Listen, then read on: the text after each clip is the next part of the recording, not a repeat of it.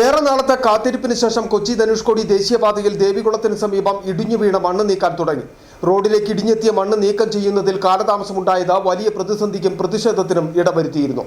മണ്ണ് നീക്കി യാത്ര സുഗമവും സുരക്ഷിതവുമാക്കുന്നതിനുള്ള പ്രവർത്തനങ്ങളാണ് നടന്നുവരുന്നതെന്ന് Devikulam sub collector VM Arya പറഞ്ഞു. കൊച്ചി ധനുഷ്കോടി ദേശീയപാതയിൽ ദേവികുളത്തിന് സമീപം ഇറച്ചിൽപ്പാറ ഭാഗത്ത് ഗവൺമെന്റ് LP സ്കൂളിന് സമീപത്തായിട്ടായിരുന്നു മൺതിട്ട ഇടിഞ്ഞ റോഡിൽ വീണത്.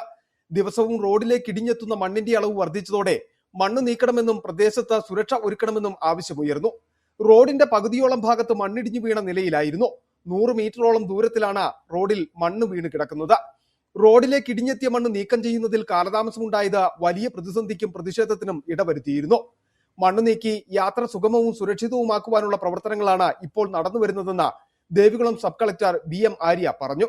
എത്രത്തിൽ ശാസ്ത്രീയമായി ചെയ്യണമെന്നുള്ള പഠനം നടത്തി അതിന്റെ പല പെർമിഷൻസും എടുക്കേണ്ടതായിട്ടുണ്ടായിരുന്നു, വനം വകുപ്പിന്റെയും ജിയോളജി വകുപ്പിന്റെയും. അപ്പോൾ ആ നടപടികളെല്ലാം പൂർത്തീകരിച്ച് നമ്മൾ അവിടുത്തെ ഒരു റീറ്റെയിനിങ് വാൾ ചെയ്യാനുള്ള പ്രവർത്തികൾ ആരംഭിച്ചിരിക്കുകയാണ്. വൻതോതിൽ മണ്ണ് റോഡിൽ വീണതോടെ ഈ ഭാഗത്തെ ഗതാഗതവും ബുദ്ധിമുട്ടിലായി.